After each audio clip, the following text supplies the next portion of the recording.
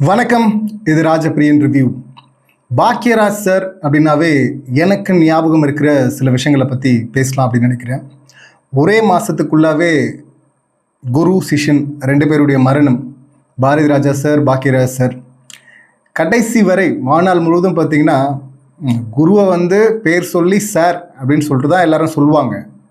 ஆனால் நான் அப்படி கூட சொல்ல மாட்டேன். கடைசி வரை எங்கள் டைரக்டர் அப்படின்னு தான் நான் சொல்வேன் அப்படின்னு சொல்லிட்டு அப்படியே சொல்லிட்டு இருந்தவர். அந்த அளவுக்கு குரு பக்தி கொண்டவர் அவர். இப்படி ஒரு செய்தி பார்த்திங்கன்னா பேரதிர்ச்சி, பேர் இழப்பு, இருவரின் மரணமுமே. இப்போ பாக்யராஜ் சார்னாவே எனக்கு ஞாபகம் வருது. ஆக்சுவலாக பார்த்திங்கன்னா திரைக்கதை மன்னன், இந்தியாவின் மிகச்சிறந்த திரைக்கதை மன்னன் அப்படின்லாம் பாராட்டப்பட்டவர். எல்லா இண்டஸ்ட்ரியிலுமே இதை ஏற்றுப்பாங்க. ரொம்ப லேட்டாக தான், முன்னாடியே பார்த்தீங்கன்னா சின்ன வயசுலேயே சில சீன்கள் பார்த்துருக்குறோம். டிவியில் தான், தியேட்டரில் போய் ஒரு படமும் பார்த்ததில்லை, டிவியில் பார்த்தது தான். ஆரம்பத்தில் பார்த்திங்கன்னா அப்போ தெரியாது. திரை பயணம் அப்படின்னு சொல்லிட்டு வந்ததுக்கப்புறம் பார்த்திங்கன்னா தான் நிறைய தேடி பார்க்க ஆரம்பித்தோம். நிறைய டிஸ்கஷன். அதில் தான் பார்த்திங்கன்னா இவரை ஏன் திரைக்கதை மன்னன் சொல்கிறாங்க, மிகச்சரியாக தான் சொல்கிறாங்க அப்படின்னு சொல்லிட்டு ஏற்றுக்கிற மாதிரியான ஏகப்பட்ட விஷயங்கள் அவருடைய படங்கள் இருக்கும். இந்தியாவின் மிகச்சிறந்த திரைக்கதை மன்னன் அப்படின்னா மற்ற இண்டஸ்ட்ரியில் இருக்கவங்களும் ஏற்றுக்கிற அளவுக்கு நிஜமாகவே அவர் திரைக்கதை மன்னன் தான்.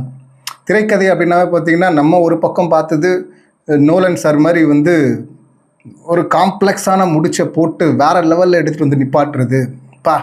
கடைசியில் பார்த்திங்கன்னா கிளைமேக்ஸு புரிஞ்சும் புரியாமல் மண்டை குழம்பி அதுக்காக பார்த்திங்கன்னா சில ரிவ்யூலாம் தேடி போய் பார்த்து ரிசர்ச்லாம் பண்ணி அப்படி போகிறது தான் பெஸ்ட்டு ஸ்க்ரீன் ப்ளே அப்படின்னா அது பெஸ்ட்டு ஸ்க்ரீன் ப்ளே தான்.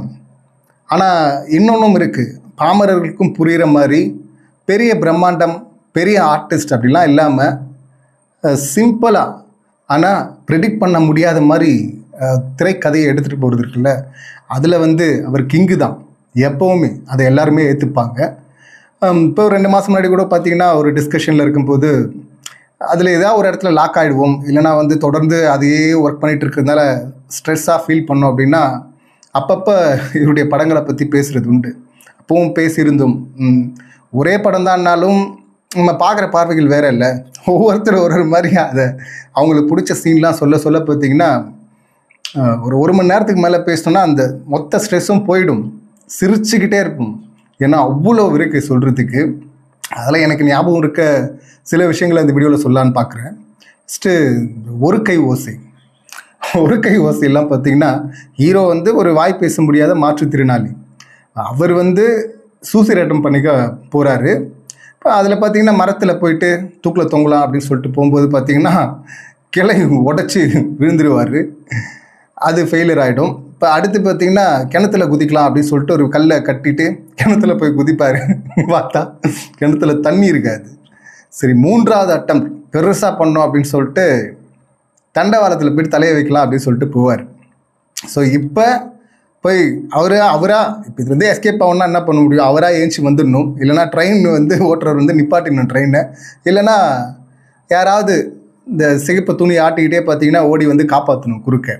இது 3 தான் ஏதாவது ஒன்று நடக்கணும்ல, அப்படி தானே எதிர்பார்ப்போம். என்ன நடக்க போகுது அப்படின்னு சொல்லிட்டு பார்த்தா இவர் போய் படுத்துருவார். ட்ரெயின் வந்துட்டுருக்கோம், வருது, இவர் ஏஞ்சி வரல, யாரும் வரல, ட்ரெயினும் நிப்பாட்ட போகிறது இல்லை. என்ன நடக்க போகுது அப்படின்னு சொல்லிட்டு படபடப்பாக எடுத்துகிட்டு போயிட்டு என்ன ஆக போகுதுன்னு பார்த்தா அந்த இடத்துல ஒருத்தரால் சிரிக்க வைக்க முடியும்னா அது பாக்யராஜ் சாரால் தான் முடியும். ட்ரெயின் பார்த்தீங்கன்னா பக்கத்து ட்ராக்கில் போயிட்டுருக்கோம். இந்த ஆங்கிளில் யாருமே யோசிக்கவே மாட்டாங்கல்ல. ஸோ அதை பண்ண முடியும் அப்படின்னா எல்லா படங்களுமே பார்த்திங்கன்னா இந்த மாதிரி ஏகப்பட்ட காட்சிகள் இருக்கும். சிரிச்சுக்கிட்டே இருக்கலாம். அதே போல் இவரை டைட்டில் கார்டு போகிறதுல ஸ்பெஷலிஸ்ட் அப்படின்னு சொல்லலாம். எங்கே போடணும், தேட்டரே எங்கே ஒரு ஹை மொமெண்ட் போது சிரிக்கிறாங்களோ அந்த இந்த இடத்துல கண்டிப்பாக சிரிப்பாங்க அப்படின்னு சொல்லிட்டு ப்ரிடிக்ட் பண்ணிட்டு கரெக்டாக அங்கே போடுறது இருக்குல்ல, அதில் கில்லாடி தான், கிங்கு தான் அவர். ஏன்னா அந்த இடம் சொதப்பச்சுன்னு வச்சுக்கல, மொத்தமாக அவுட்டு. அந்த ரிஸ்க் எடுக்கணுமா அப்படின்னு சொல்லிட்டு யோசிப்பாங்க மற்றவங்க. ஆனால் அவருடைய அந்த ப்ரிடிக்ஷன் இருக்குல்ல, கரெக்டாக ஒர்க் அவுட் ஆகும். நீங்கள் பார்த்தீங்கன்னா இந்த தூரில் என்ன போச்சு அப்படின்னு நினைக்கிறேன். அதில் பொண்ணு பார்க்க போவார், துணை மாப்பிள்ளை அதாவது தோழன் வருவார்ல, கூப்பிட்டு போவாங்கள்ல, அந்த மாதிரி ஒருத்தரை கூப்பிட்டு போனால் அங்கே இருக்கிற ஒரு பாட்டி பார்த்திங்கன்னா அவரை மாப்பிள்ளை நினச்சிக்கிட்டு இவர் மாப்பிள்ளையை வந்து தோழ நினச்சிக்கிட்டு அப்படி நினச்சா கூட பரவாயில்ல, அதில் கழுவி ஊற்ற ஆரம்பிச்சிருவாங்க. கழுவி ஊற்றுவாங்க. கடைசியாக பார்த்தீங்கன்னா இதில் ஒரு மப்ளர் ஒரு கேடு அப்படின்லாம் ஒரு டைலாக். அந்த இடத்துல வந்து ஒரு டைட்டில் கார்டு. யார் பண்ணுவா இது? இப்போ அவரே எழுதி அவரே நடிக்கிறாங்க அப்படின்னா முடிஞ்ச வரை அந்த இமேஜை பில்ட் பண்ண தான் பார்ப்பாங்க. இமேஜ் கான்ஷியஸ் எல்லாருக்குமே ரொம்ப அதிகம் இல்லை ஹீரோக்கெல்லாம். அப்படி இருக்கும்போது எந்த ஹீரோ பண்ணுவாங்க இதெல்லாம்? ஆனால் அவர் பண்ணுவார், இப்படியும் பண்ணுவார். அதே நேரத்தில் பார்த்தீங்கன்னா ரொம்ப டம்மி ஆகிடுவார். எவ்வளோ முடியுமோ அவ்வளோ டம்மி ஆகிடுவார். அதே நேரத்தில் ஹீரோயிசமை எங்கே எடுத்துகிட்டு வந்து வைக்கணுமோ கரெக்டாக அங்கேயும் வைப்பார். நீங்கள் அதே இன்னொரு படத்தில் சுந்தரகாண்டம்னு நினைக்கிறேன், அதில் பார்த்தீங்கன்னா ஒரு வயசானவர் பார்த்தீங்கன்னா மாட்டு வண்டியை வந்து இழுத்துட்டு போயிட்டுருப்பார். மாடு இல்லை, அவர் வயசானவர், ஃபுல்லாக மூட்டைகள்லாம் ஏற்றப்பட்டிருக்கு, ஃபுல்லாக இருக்குது. அவர் வந்து ஒரு மேட்டு பாதையில் வந்து இழுத்துட்டு போயிட்டுருப்பார் கஷ்டப்பட்டு முடியாமல். இதை பார்க்குற ஒரு ஹீரோ அவர் வந்து பெரியவரை இது வந்து மேடு வரையும் வந்து நான் எடுத்துகிட்டு வரேன், நீங்கள் வாங்க ஓரமாக வாங்கட்டும் போது அந்த பெரியவர் சொல்லுவார், இல்லைப்பா நீ பின்னாடி இந்த தள்ளு அதுவே போதும் அப்படின்னு. என்னை பற்றி உங்களுக்கு தெரியல, நீங்கள் வாங்க இப்போ நான் பண்ணுறதை பாருங்க அப்படின்னு சொல்லிட்டு கட்டாயப்படுத்தி அவர் எடுத்துகிட்டு போயிட்டு தனியாக நிற்க வச்சுட்டு இப்போ இவர் வந்து வண்டியை தூக்கலான்னு தூக்குனா பின்னாடி இருக்கிற மூட்டையெல்லாம் சரிஞ்சிடும். இவர் பார்த்தீங்கன்னா அந்தரத்தில் தொங்கிட்டு இருப்பார். அப்போ ஹீரோயின் இன்னும் சிலர் பார்த்தீங்கன்னா பெண்கள்லாம் சிரிச்சிட்டு இருப்பாங்க. இந்த சீனை வந்து எந்த ஹீரோவாவது ஏற்றுப்பாங்களா? ஆனால் பாக்கியராஜ் சார் வந்து அதை பண்ணுவார். தேட்டரே அங்கே சிரிக்கும், அங்கே பேரை போடுவார். வேறு லெவல். இவருடைய பல படங்கள்ல இருந்து பல காட்சிகளை உருவி வேற புதுசாக வந்த படங்களை கூட பார்த்துருக்குறோம். ஏன் படத்தையே அடித்து கூட பண்ணியிருப்பாங்க. கண்ணால் அடி தின்ன ஆசையா சந்தானம் பண்ணியிருப்பார்ல. இப்போ அதில் பார்த்தீங்கன்னா இன்று போய் நாளை வா, இன்றைக்கும் அந்த படம் பார்த்தேன். நீங்கள் பார்க்காதவங்க பாருங்கள், யூடியூப்லேயே இருக்காது. படம் ஃபுல்லாக பார்த்தீங்கன்னா சிரிச்சுக்கிட்டே இருக்கலாம், ப்ரிடிக்டே பண்ண முடியாது அடுத்த சீன் இதுதான் அப்படின்னு சொல்லிட்டு. ரொம்ப காம்ப்ளெக்ஸ்லாம் இருக்காது, ரொம்ப எளிமையாக. அதில் வந்து ஒரு பைல்வான் ஹீரோயினுடைய தாத்தா, அவரை கரெக்ட் பண்ணோம் அப்படின்னு சொல்லிட்டு இந்த ஃப்ரெண்ட்ஸில் ஒருத்தன், 3 பேருமே ஹீரோயினை லவ் ட்ரை பண்ணுவாங்க. ஸோ அதில் ஃப்ரெண்டில் ஒருத்தன் பார்த்தீங்கன்னா அவரை கரெக்ட் பண்ணுறதுக்கு அவர் வந்து காலையில் 5 மணிக்கு பார்த்தீங்கன்னா ஜாகிங் வருவார் அப்படின்னு சொல்லிட்டு கேள்விப்பட்டு இவர் பார்த்தீங்கன்னா ஃபுல் செட்டப்போட போயிடுவார். எப்படின்னா எங்கள் பாதாள சாக்கடை இருக்கும்ல, அதோட மூடியை திறந்து வச்சுட்டு இப்போ ஓடி வந்துட்டு இருப்பார். இப்படி வர்றாரு இதுதான் சீன் அப்படின்னா என்ன நடக்கணும்? ஒன்று அவர் விழணும், இல்லைன்னா வந்து தாண்டி போயிடணும். இது ரெண்டுத்துல ஏதாவது ஒன்று நடக்க போகுது அப்படின்னு தானே பார்ப்போம். இப்போ வந்து அந்த நண்பன் கேரக்டர் பார்த்தீங்கன்னா விழுந்து அடிபட்டால் ஃபஸ்ட் எய்டு பண்ணுறதுக்கான கிட்டோட ரெடியாக இருப்பார். மொத்த கிட்ட வச்சுக்கிட்டு அந்த மூடி எடுத்து திறந்து வச்சுட்டு வெயிட் பண்ணிட்டு இருப்பார். விழணும் அப்படின்னு சொல்லிட்டு கடவுளை வேண்டிகிட்டு இருப்பா. அப்படி இப்போ அவர் ஓடி வர்றாரு, ஒன்று விழணும் இல்லை தாண்டி போகணும், இது ரெண்டுத்துல ஏதாவது ஒன்று தான் நடக்கணும். வருவார், கரெக்டாக விழுந்துருவா. அப்படி விழுந்ததுக்கப்புறம் பார்த்தீங்கன்னா அந்த நண்பன் அப்பா நன்றி கடவுளே அப்படின்னு சொல்லிட்டு போயிட்டு அவர் பெரியவரை ஏந்திரிங்க சார் அப்படின்னு சொல்லிட்டு தொழாவார், காலை விடுவார். இவரால் உள்ளே போக முடியாது, அவ்வளோ ஆழமாக இருக்கும் அப்படின்ற மாதிரி கட்டுவாங்க. என்ன நடக்க போகுது, இங்கே விழுந்துட்டார் நினச்ச மாதிரி. இப்போ அடுத்து வந்து இவர் ஹெல்ப் பண்ண போகிறார், ஹெல்ப் பண்ணுறது மூலிமா அங்கே வீட்டுக்கு போக போகிறாரு அப்படின்னு தானே பார்ப்போம். அப்படின்னு பார்த்துட்டு இருக்கும்போது எதிர்பாராத விதமாக 10 அடி தள்ளி பார்த்தீங்கன்னா அங்கே இன்னொரு மூடி இதே போல் இருக்கும், பாதாள சாக்கடை மூடி. அவர் பார்த்தீங்கன்னா ஓடினவர் அதை திறந்துட்டு சேரும் சகதியாக இருக்கும். ஆனால் பார்த்தீங்கன்னா ஓடிக்கிட்டே இருப்பார் கண்டினியூவாக. இந்த கேரக்டருக்கு பார்த்து ஷாக் ஆகும். ஆடியன்ஸும் பார்த்தீங்கன்னா பயங்கரமாக அங்கே சிரிப்பாங்க. சிரிக்கிறத தவிர அவர் வழி கிடையாது இல்லை. இந்த மாதிரி அதுலேயே இன்னொரு சீனில் பார்த்தீங்கன்னா அந்த கொலுசு, ஆக்சுவலி அதுக்கு முன்னாடி சீன் தான் ஹைலைட். அது இவர் வந்து வீட்டில் வந்து ரேஷன் வாங்க சொன்னால் வாங்க மாட்டேன்னு சொல்லிட்டு வந்துடுவார். பட் ஹீரோயினுடைய அம்மாவை கரெக்ட் பண்ணுறதுக்காக அம்மா வந்து அவங்க ரேஷன் ஹீரோயினை கூப்பிட்டு தான் போவார் ரேஷன் வாங்குறதுக்கு. வாங்க நான் கடையை காட்டுறேன் அப்படின்னு சொல்லிட்டு கூப்பிட்டு போகும்போது தாத்தா கேரக்டர் வந்து ரேஷன் வாங்க நீயே தனியாக போய் வாங்கலாமே, எதுக்கு இவங்கள கூப்பிட்டு போகிறேன் அப்படின்னு சொன்னால் அதுவும் பண்ணலாமே அப்படின்னு சொல்லிட்டு போயிடுவார். போயிட்டு வாங்கிட்டு வரும்போது கரெக்டாக அப்பா எதிரில் வந்துடுவார். இப்போ அப்பாவை பார்த்தோன்னே இவருக்கு ஷாக்கு. ஐயோ அவங்க சொன்னாங்க நம்ம போக மாட்டோன்னு சொல்லிட்டோம், இப்போ இதோட பார்த்தாங்கன்னா என்ன நினைப்பாங்க, என்ன ஆகுறது அப்படின்னு சொல்லிட்டு பயந்து பக்கத்தில் பார்த்தீங்கன்னா ஒரு குப்பை தொட்டி இருக்கும். குப்பை தொட்டியில் எடுத்து வாங்கி வந்த பொருள்லாம் உள்ளே வச்சுருவார். உள்ளே வச்சுட்டு அங்கே திருன்னு முடிச்சுட்டு இருந்து அப்பா வந்து எங்கேயே நிற்கிற போ அப்படின்னு வரும். இல்லைப்பா நீ போப்பா நான் போயிடுறேன் அப்படின்லாம் சமாளிச்சுட்டு இருக்கும்போது தற்செயலாம் அந்த பக்கம் வந்த ஒரு சின்ன பையன் அவன் பார்த்துருவான் உள்ளே இருக்கிறது அரிசி இருக்கிறத. பார்த்ததும் பார்த்தீங்கன்னா கூட்டம் கூடினதுக்கப்புறம் பார்த்தீங்கன்னா எல்லாரும் வந்து பிச்சுக்கணும் அப்படின்னு சொல்லிட்டு முந்தி அடிச்சுட்டு வரும்போது பார்த்தீங்கன்னா அப்பாவும் போகிறாங்க. இவருடைய அப்பாவும் போயிட்டு என் பையனும் பார்த்தான்ல, என் பையனுக்கு ஒரு பங்கை போடு, எல்லாரும் பங்கு பிரிச்சுக்கலாம் அப்படின்னு சொல்லிட்டு அரிசி வாரி போட்டு நானும் பார்த்தல எனக்கு ஒரு பங்கு போடு அப்படின்னு சொல்லிட்டு எல்லாரும் பங்கு பிரிச்சுட்டு போயிடுவாங்க. இவர் திருன்னு மூச்சு நின்றுட்டு இருப்பார். அதை வாங்கிட்டு அவர் சொல்லுவார் பாருங்க, உன்னால 1 கிலோ அரிசி மிச்சம் அப்படின்னு சொல்லிட்டு அப்பா போவார். இப்போ என்ன பண்ண முடியும் இந்த சுச்சுவேஷனில்? இப்போ அப்புறம் பார்த்தீங்கன்னா ஒருத்தர்கிட்ட 25,000 ரூபாய் அந்த அயன் பண்ணுறவர்கிட்ட கடன் வாங்கி அதை ஒரு வழியாக சமாளிச்சிருவார். இப்போ அந்த கடனை கொடுக்குறதுக்காக காசு இல்லைன்னு சொல்லிட்டு ஒரு கொலுசை எடுத்துகிட்டு வந்து கொடுப்பாரு. அப்போ திடீர்னு இவருக்கு ஒரு ஐடியா வரும், இந்த கொலுசை வச்சு அந்த பொண்ணுகிட்ட ஒரு முறை பேச ட்ரை பண்ணலாமே. போயிட்டு இது உங்களுக்கு தான் கேட்போம். கேட்டால் அவங்க வந்து இல்லைன்னுவாங்க. நான் எடுத்துகிட்டு போய் போலீஸ் ஸ்டேஷனில் கொடுத்துட்றேன். ஏன்னா மற்றவங்க பொருள்லாம் வச்சுட்டு இருக்கிறது வந்து பார்த்தீங்கன்னா எனக்கு தீயை வச்சுட்டு இருக்கிற மாதிரி, நெருப்பு மாதிரி அப்படின்னு சொல்லிட்டு நான் பில்டப் பண்ணுவேன். அந்த பொண்ணுக்கு என் மேலே ஒரு நல்ல அபிப்பிராயம் வரும் அப்படின்லாம் சொல்லிட்டு கொடுத்த அந்த கொலுசை வாங்கிட்டு ஹீரோயின் கிட்ட போவார். போயிட்டு பார்த்தீங்கன்னா இது உங்களுதா பாருங்க, பாப்பாதா பாருங்க அப்படின்னு தான். ஆமாம் பாப்பாதா அப்படின்னு சொல்லிட்டு அவங்க வாங்கி வச்சுப்பாங்க. நல்லா பாருங்க நல்லா பாருங்க அப்படின்னாலும் ஆமாம் பாப்பாதா அப்படின்னு சொல்லிட்டு வாங்கி வச்சுட்டு அந்த மொமெண்ட் இருக்குல்ல, அது யாருமே எதிர்பார்க்கவே மாட்டாங்கல்ல. வேற லெவல் அது. இந்த மாதிரி பார்த்தீங்கன்னா சொல்லிக்கிட்டே போகலாம். அந்த படம் ஃபுல்லாகவே பார்த்தீங்கன்னா பயங்கர சிரிப்பாக தான் இருக்கும். அப்புறம் இன்னொரு படம், அது படம் பேர் தெரில, ஞாபகம் வரல. ஒரு காளை வந்து வேகமாக வெறித்தனமாக ஓடி வந்துட்டு இருக்கும். எல்லாம் மக்கள்லாம் பார்த்தீங்கன்னா தெரிச்சு ஓடிக்கிட்டு இருப்பாங்க. இப்போ ஹீரோ வராருன்னா என்ன பண்ணுவார், ஸ்டண்ட்டு பண்ணி ஏதோ அந்த மாட்டை வந்து அடக்கணும் ஒன்று, இல்லைன்னா ராமராஜன் சார் மாதிரி வந்து பாட்டு பாடணும். இவர் என்ன பண்ண போகிறாருன்னு பார்த்தா, இது 2 தானே தோணும். என்ன பண்ண போகிறாருன்னு பார்த்தா இன்னொரு பசுமாடு கண்ணுக்குட்டியான்னு தெரியல, இன்னொரு மாடை வந்து கூட்டு வந்துடுவார்.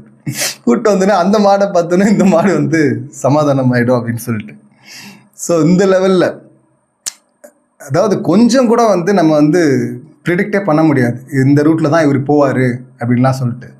ஸோ படங்கள் பார்த்திங்கன்னா அவ்வளோ எளிமையாக. இன்னொன்று அந்த கேரக்டர்ஸ்லாம் பார்த்திங்கன்னா மற்ற படங்களில் ஜஸ்ட்டு ஒரு சீனில் சும்மா அப்படி யூஸ் பண்ணுவாங்கள்ல போகிற போக்கில், அந்த மாதிரியான கேரக்டர்ஸ்லாம் கூப்பிட்டு வந்துட்டு அவ்வளோ வெயிட்டேஜாக வச்சு பண்ணுறது இருக்குல்ல, அதெல்லாம் வேறு லெவல், அல்டிமேட். இன்னொன்று இந்த சீன்ஸாக சொல்லணுன்னா பொய்சாட்சி. பொய்சாட்சியில் பார்த்திங்கன்னா இவர் காசு வாங்கிட்டு பொய்சாட்சி சொல்கிற ஒருத்தர், அவர் வந்து காசு வாங்கிட்டு கோர்ட்டில் போயிட்டு ஒரு கேஸ் விஷயமா, அந்த கேஸ்னா ஒருத்தர் வந்து இன்னொருத்தரை வந்து செருப்பால் அடிச்சிட்டா, அப்படி ஆமாம் அடிச்சாரு நான் பார்த்தேன் அப்படின்னு சொல்லிட்டு போய் பொய் சாட்சி சொல்லணும். போயிட்டு அங்கே போய் பொய் சாட்சி சொல்லுவார்.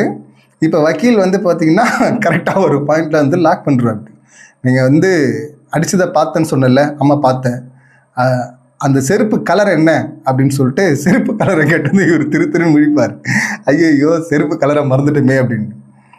இப்போ இதை எப்படி இவர் கவர் பண்ண போகிறாரு அப்படின்னு பார்த்தா, இப்போ இவர் கேள்வி கேட்பார் லாயரை, நான் ஒரு கேள்வி கேட்குறேன், நீங்கள் பதில் சொல்லுங்கள். டெய்லி கோர்ட்டுக்கு வரீங்கள, ஜட்ஜி எழுதுறதுலாம் பார்க்குறீங்களே, ஜட்ஜி எழுதுகிற அந்த பேனாவுடைய கலர் என்ன அப்படின்னு கேட்டால் இப்போ அவர் திருன்னு முழிப்பார். திரும்பி பார்க்க ட்ரை பண்ணால் திரும்பிலாம் பார்க்கக்கூடாது, பதில் சொல்லுங்கள். தினம் வர்றீங்க, எழுதுறத பார்க்குறீங்க, ஆனாலும் உங்களுக்கு அந்த கலர் ஞாபகம் இல்லை.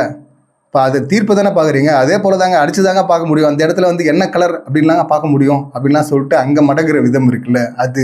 இன்னொரு பஞ்சாயத்து சீனில் பார்த்தீங்கன்னா அங்கே வந்து பத்னி பேரை சொல்லுங்கள் அப்படின்னு சொல்லிட்டு கேட்டால் அவங்க வந்து கண்ணகி, சீதை அப்படின்னு சொல்லிட்டு இதிகாச புராண அந்த கேரக்டர்ஸ் பேர்லாம் சொல்ல அங்கே வந்து சமயம் மடங்கி விட்டுருவார்.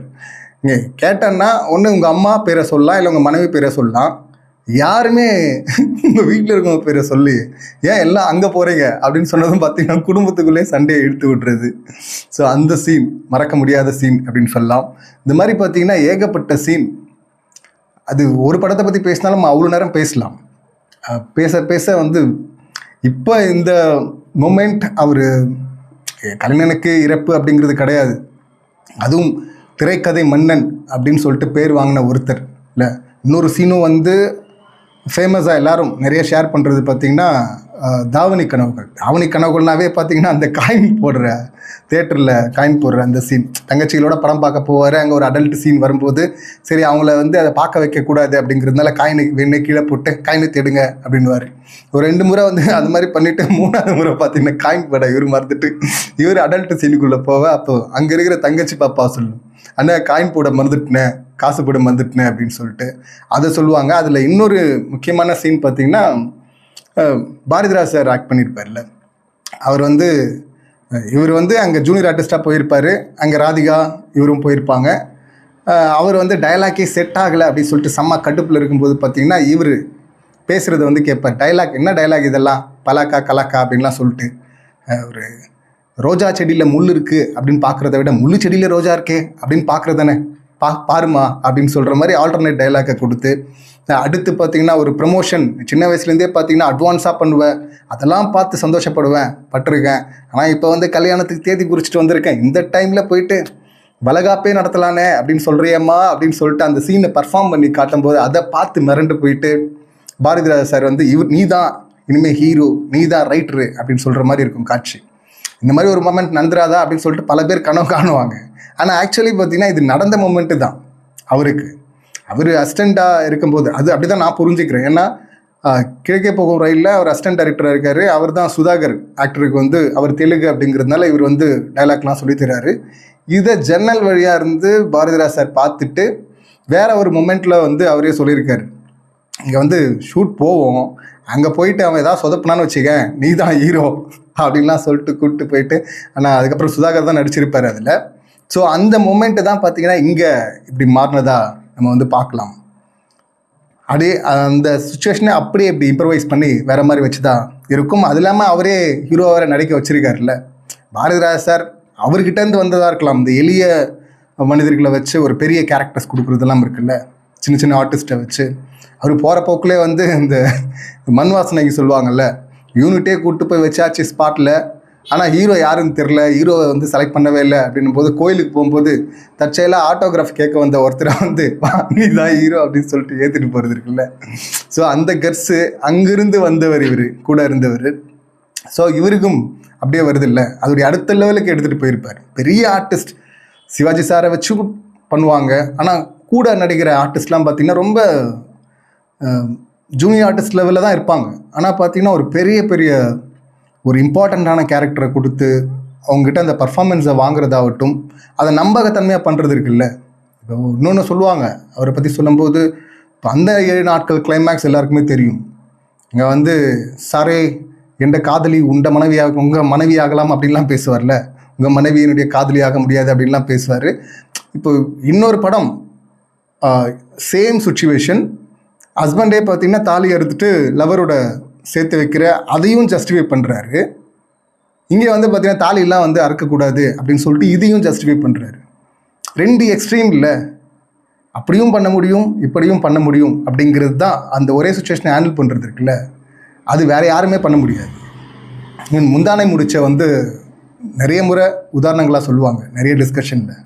இப்போ இன்ட்ரோல் பிளாக் வந்து பார்த்திங்கன்னா யூஸ்வலாக ஒரு துண்டை போட்டு தாண்டு அப்படின்னாவே வந்து தாண்டுறது பொய் சொல்லி தாண்டுறது வந்து தப்பு அப்படின்னு தான் சொல்லுவாங்க. அதுவும் ஒரு ஹீரோயின் அப்படி பண்ண மாட்டாங்க. அப்படி இருக்கும்போது ஒரு குழந்தைய போட்டு குழந்தைய தாண்டு அவங்க சொல்கிறது பொய், தாண்டுன்னா வந்து பார்த்திங்கன்னா குழந்தைய தாண்டா. அவர் வந்து இன்னொன்று சொல்லுவாங்க, அவர் பாரதிராஜ் சாராக இருக்கட்டும் இவராக இருக்கட்டும், இந்த டைலாக்கை வந்து இம்ப்ரவைஸ் பண்ணுறது இல்லை கடைசி நேரத்தில் வந்து எழுதுறது, இவர் பேப்பரே வச்சுக்க மாட்டார் அப்படின்லாம் சொல்லுவாங்க. பேசிக்கிட்டே இருப்பாருன்னு. அந்த ஷூட்டுக்கு முன்னாடி வந்து இப்படி தான் போகுது, குழந்தைய தாண்டா அப்படின்னு போது பதறிட்டாங்க அசிஸ்டன்ட் டைரக்டர்ஸ்லாம். சார் என்ன சார் சொல்கிறீங்க, அப்படிலாம் பண்ணக்கூடாது சார், ஆடியன்ஸ் ஒத்துக்க மாட்டாங்க சார் எல்லாம் சொல்லிட்டு எல்லாரும் டென்ஷன் ஆக. கதை தெரிஞ்ச நீங்களே எவ்வளோ டென்ஷன் ஆகிறீங்களே, கதையே தெரியாத ஆடியன்ஸ் எவ்வளோ டென்ஷன் ஆகட்டும் அப்படின்னு சொல்லிட்டு ஒரு ஹீரோயினை மொத்தமாக டம்மி பண்ணுற இடம் இல்லை, அது டம்ப் பண்ணுற இடம். அது வந்து ஒரு பொய் சொல்லி ஒரு குழந்தைய தாண்டது இருக்குல்ல பஞ்சாயத்தில், இது யார் பண்ணுவா? அதையும் பண்ண வச்சு அதே ஹீரோயினை எண்டில் பார்த்திங்கன்னா தியாக தலைவியாக மாற்றிடுவார் ஒரே காட்சியில். ஸோ அதுதான், அதனால தான் திரைக்கதை மன்னன் அப்படின்றாங்க. இந்த மாதிரி ஒரு படம் இல்லை, ஏகப்பட்ட படங்கள் இருக்குல்ல, எல்லா படங்களும் அவ்வளோ காட்சிகள் இருக்குது, அத்தனையும் பண்ணிட்டு போகிறது இருக்குல்ல. இவர் நடிக்கலை, இவர் டைரக்டர் இல்லை, எஸ்ஏசி சார் டைரக்ஷனில் நான் சிகப்பு மனிதர் ரஜினி சார் படம், அதுலேயும் பார்த்தீங்கன்னா சூப்பராக பண்ணியிருப்பார். ஒரு சிபிசிஐடி ஆஃபீஸர்னு சொல்லிட்டு அந்த பொட்டுக்கரில் சாப்பிட்டே வருது. ஆக்சுவலாக எனக்கு அந்த ஷாட்லாம் பார்க்கும்போது ஸ்பைடரில் விஜய் சூர்யா வந்து திடீர்னு இந்த ஹீரோ ஆஃபீஸ் முன்னாடி வந்து அந்த பொட்டுக்கரில் சாப்பிட்ருப்பார்ல, கரெக்டாக அங்கே அதை பார்க்குற மாதிரியே இருக்கும், அங்கேருந்து எடுத்த மாதிரியே இருக்கும். ஸோ அதில் பண்ணுறது, அதுலேயே பார்த்திங்கன்னா அந்த நம்ம ஆல்ரெடி பொய் சாட்சியில் பார்த்தோம்ல, ஒரு வக்கீலை வந்து மடக்குவார்ல அந்த பெண்ணை சொல்லி, அதே போல் பார்த்திங்கன்னா இங்கே நான் சிக் மனிதனில் ஜட்ஜே வந்து மடக்கிறதா இருக்கும். அந்த ஜட்ஜி வந்து சொல்லுவார், உனக்கு முன்னாடியே தெரியுமா இவர் தான் வந்து ராபின்ஹுட்னு, அப்போ நீ ஆக்ஷன் எடுக்கல, நீ வந்து சட்டப்படி நடக்கல, உன் பொறுப்பை வந்து தட்டி கழிச்சிருக்க, ஸோ அதனால ஒன்று நான் டிஸ்மிஸ் பண்ண சொல்கிறேன் அப்படின்லாம் சொல்லும்போது அதெல்லாம் எனக்கு மனசாட்சி இருக்குது, நான் எப்போ வந்து ஆக்ஷன் எடுக்கல எனக்கு தோணுச்சு, மனசாட்சி கொடுத்துச்சு, அப்பயே நான் ரிசைன் பண்ணிட்டேன் அப்படின்லாம் சொல்லிட்டு போயிடுவார். இப்போ தீர்ப்பு எப்படி கொடுக்கலாம், ரிசர்வ் அப்படின்னு சொல்லிட்டு ஜட்ஜி போயிடுவார். நைட்டு பார்த்தீங்கன்னா அவருடைய பொண்ணையே பார்த்தீங்கன்னா மார்வேஸ்டில் இவர் போய் அட்டாக் பண்ண போக அவர் எடுத்து துப்பாக்கி எடுத்து சுட வர, தோட்டாலாம் என்கிட்ட இருக்குது, வயசான ஆள் நீங்களே வந்து இந்த சுச்சுவேஷனில் இப்படி பண்ணும்போது அவர் பண்ண மாட்டாரா, அவர் பண்ணக்கூடாதா அப்படின்லாம் சொல்லிட்டு அப்படி மடக்கிறது இருக்குல்ல, அது வந்து பார்த்தீங்கன்னா இவருடைய படத்தில் இருக்கிற அந்த பென் சீன் மாதிரியே இருக்கும். அது அங்கே வக்கீலை மடக்குவார், இங்கே வந்து பார்த்தீங்கன்னா அது எஸ்எஸ்சி சார் படமாக இருந்தாலும் இவருடைய டச் இருக்கிற மாதிரியே இருக்கும். ஸோ இந்த மாதிரி அவர் நடித்த படங்களாக இருக்கட்டும், இல்லை அந்த ஒர்க் பண்ணதில்லை, இந்த திரைக்கதை அப்படின்னாவே மாஸ்டர் அப்படிங்கிறதுல வந்து அதில் வந்து யாருக்கும் எந்த டவுட்டுமே கிடையாது. இல்லை ஒரு படம் ஃபெயிலியர் ஆச்சுன்னா அதை பற்றி பல பேர் பல விதமாக கருத்து சொல்லலாம். ஆனால் ஒரு சக்ஸஸ்ஃபுல்லான ஒரு ஃபிலிம்லேயும் இது தப்பு அப்படின்னு சொல்ல முடியும்னா அது பாக்கியராஜ் சாரால் மட்டும்தான் முடியும்னு நினைக்கிறேன். ஏன்னா ஒரு மணிரத்னம் சாருடைய ஒரு தளபதி, ரஜினி சார் மம்முட்டிலாம் நடிச்சிருப்பாங்கல்ல, ஸோ தளபதி படம் அது வந்து ஒரு கர்ணன் அந்த பேக்ட்ராப்லேருந்து எடுத்தது. இப்போ அதில் பார்த்தீங்கன்னா படம் ஹிட்டு தான். இது வந்து போய் அந்த கலெக்டரை கொண்டு வா அப்படின்னு சொல்லிட்டு மம்முட்டி சார் சொல்லும்போது இவர் வந்து முடியாது, அது மட்டும் முடியாது, ஏன் முடியாது அப்படின்னா, ஏன்னா அர்ஜுன் என் தம்பி அப்படின்வார். அப்போவும் பார்த்தீங்கன்னா அந்த சீன் ஒர்க் அவுட் ஆகும், ஆனால் கொஞ்சம் கேரக்டராக இறங்கும். அது கேரக்டராக என்ன, தளபதி என்ன சொன்னாலும் செஞ்சிருவான் அப்படிங்கிறது தான் தளபதி. ஆனால் அது மட்டும் முடியாது ஏன்னா தம்பி அப்படின்னும் போது இப்போ ஆனாலும் அங்கே வந்து சீனை வேற மாதிரி மாற்றிருப்பார் மணி சார். பத்தியா தெரிஞ்சும் அவன் என் கூட இருக்கிறான் பத்தியா அப்படின்னு சொல்லிட்டு அங்கேயும் எமோஷனலாக ஒர்க் அவுட் ஆகும். ஆனால் வந்து கேரக்டராக வந்து கொஞ்சம் டவுன் ஆகிற இடம் தானே அது. அதை பாக்கியராஜ் ஒரு இடத்துல சொல்லியிருப்பார். அது வந்து போய் அர்ஜுனை கொள்ளு அப்படின்னதும் பார்த்தீங்கன்னா ஓகே அப்படின்னு சொல்லிட்டு அவன் போயிட்டான். கூட இருந்த ஃப்ரெண்டு கேரக்டர் மூலிமா தேவராஜுக்கு தெரிய வந்திருந்தா, அப்போ தேவராஜ் வந்து ஓ தம்பின்னு தெரிஞ்சும் கொல்ல போயிட்டானா, அதான் தேவா அப்படின்னு சொல்லி அதான் இவர் பேரை சொல்லிட்டு ஹீரோ பேரை சொல்லி பாத்தியா என் தளபதியை அப்படின்னு சொல்லிட்டு போகிறாரு. அப்போ வந்து கிளைமேக்ஸை வச்சிருக்கலாம் அப்படின்னு சொல்லிட்டு ஒரு கரெக்ஷன் சொல்லியிருப்பாரு. அது ரஜினி சாரே சூப்பர் அப்படின்னு சொல்லி சொன்னதெல்லாம் வந்து எப்படிலாம் யோசிச்சிங்க அப்படின்லாம் சொல்லிட்டு பாராட்டினதெல்லாம் அவரே சொல்லியிருப்பாரு. அது உண்மைதான் இல்லை, ஏன்னா கேரக்டராக வந்து அந்த கேரக்டர் எது வேணால் பண்ணும் அப்படின்னும் போது அங்கே தாங்கியாவது அந்த கேரக்டர் போயிட்டு இருக்கலாம். அதை சொல்லியிருக்கக்கூடாது, அந்த கேரக்டரே வந்து சொல்லியிருக்க தேவையில்லை அது. ஆனாலும் அப்படியும் சக்ஸஸ் தான் அந்த படம். இது இவர் சொல்கிறபடி பார்த்தீங்கன்னாலும் அது கரெக்ட் இல்லை, அதுதான் மாஸ்டர் அப்படிங்கிறது. அந்த ஒரு கான்ஃபிடென்ட் இருக்குல்ல. ஏன்னா இவ்வளோ படம் இப்போ இதில் கூட சொல்லுவாங்க, பார்த்திபன் கூட ஏதோ ஒரு இதில் ஸ்டேஜில் சொல்லியிருப்பாரு, அசுரன் படம் பற்றி பேசும்போது நிறைய பேர் சொன்னது வந்து எப்படி தனுஷ் வந்து ஒத்துக்கிட்டாரு, எல்லாருடைய ஊர் மக்கள் காலில் ஜூனியர் ஆர்டிஸ்ட் காலெல்லாம் போய் விடுறதை எப்படி ஒத்துக்கிட்டார். ஆக்சுவலாக ஜூனியர் ஆர்டிஸ்ட்லாம் பார்க்க தேவையில்லை, இவர் ஆர்டிஸ்ட், இவர் ஒரு கேரக்டர் பண்ணுறாரு, அவங்க ஒரு கேரக்டர் பண்ணுறாங்க, ஒரு கேரக்டர் அங்கே போய்ட்டு ஊர் மக்கள் காலெல்லாம் போய் விழுது மகனுக்காக அப்படிங்கிறது அது கதை, அப்படி தான் பார்க்கணும். ஆனால் இங்கே இமேஜ் அப்படின்னு சொல்லிட்டு ஒன்று பில்டப் பண்ணி வச்சுருக்காங்கல்ல, இது மற்றவங்ககிட்ட சொன்னால் நானா பிரகாஷ் ராஜ் சார் ஒரு படத்தில் வெள்ளித்திரைன்னு நினைக்கிறேன் சொல்லுவார்ல, என்ன வந்து ஒரு கான்ஸ்டபிள் வந்து அரெஸ்ட் பண்ணுறதா, மொத்த பேரும் வரணும், எல்லாரையும் அடித்து போட்டு எல்லா போலீஸும் கடைசியாக நானா கமிஷன் ஆஃபீஸில் போயிட்டு இப்போ சொல்கிறேன் நான் அரெஸ்ட் மீ அப்படின்னு சொல்லணும் அப்படின்னு வரல. அந்த மாதிரியான ஒரு மாயை இமேஜுக்குள்ளே தான் நிறைய பேர் மாட்டிக்கிட்டு இருக்காங்க. ஸோ அப்படி இருக்கும்போது இதில் தனக்குத்தானே பண்ணிட்டாங்கன்னா பில்டப் பயங்கரமாக இருக்கும். மற்றவங்க பண்ணும்போதே பில்டப் வைங்கன்னுவாங்க, இதில் தனக்குத்தானே பண்ணிக்கிட்டால் சொல்லவே வேண்டாம். ஆனால் பார்த்தீங்கன்னா அவரே எழுதினாலும் தன்னை எவ்வளோ டவுன் பண்ண முடியுமோ அவ்வளோ டவுன் பண்ணுறதும் சரி, அதே போல் ஹை லெவலில் எடுத்துகிட்டு போய் வைக்கிறதும் சரி, இது வந்து 2 எக்ஸ்ட்ரீமும் பண்ண முடியும். ஆனால் பெரிய ஆடம்பரம் பட்ஜெட்டு அதெல்லாம் எதுவுமே இல்லாமல், பெரிய ஆர்டிஸ்ட்லாம் இல்லாமல், பெரிய பட்டாளம் இல்லாமல், அதை ரொம்ப பாமரர்களுக்கும் புரிகிற மாதிரி, அதே நேரத்தில் ப்ரிடிக்ட் பண்ண முடியாத மாதிரி அப்படி எடுத்துகிட்டு போக முடியும்னா அது பாக்கியராஜ் சாரால் தான் முடியும். அதனால தான் திரைக்கதை மன்னன் அப்படின்னு சொல்கிறாங்க. பாருங்கள், MGR sir, Rajini sir super star அப்படிங்கிற அந்த கேரளா, அடுத்து விஜய் சார் இப்படி வர்றாரு. இப்போ வரையுமே நடுவில் விஜயகாந்த் சார், ரஜினி சார் ஆகட்டும், எல்லாருமே எம்ஜிஆர் அப்படின்னா அந்த ஸ்டார்டம் வந்து தொடர்ந்து சொல்லிக்கிட்டே இருப்பாங்க. ஏன்னா அந்த இடம் தான் இப்போ அடுத்தும் ரெடி ஆகிட்டு இருப்பாங்கன்னு வச்சுங்களேன். அப்படி இருக்கும்போது இப்போ இருக்கிற சிஎம் வரையுமே அதுதானே எம்ஜிஆர் சார் அப்படின்னு தானே, அந்த இடம் தான் அப்படின்னு தானே வர்றாரு. அப்படி வருவாங்கல்ல, அப்படி வரும்போது அந்த எம்ஜிஆர் சாரே வந்து பார்த்திங்கன்னா அப்படி கலை உலக வாரிசு அப்படின்னு சொல்லிட்டு சொல்கிற ஒரு இடத்துல வைக்கிறது இருக்குல்ல, சொல்கிறாருன்னா அவருக்கும் தெரியும்ல இவர் என்னெல்லாம் பண்ணியிருக்காரு, இவருடைய ரீச் என்ன அப்படின்னு சொல்லிட்டு.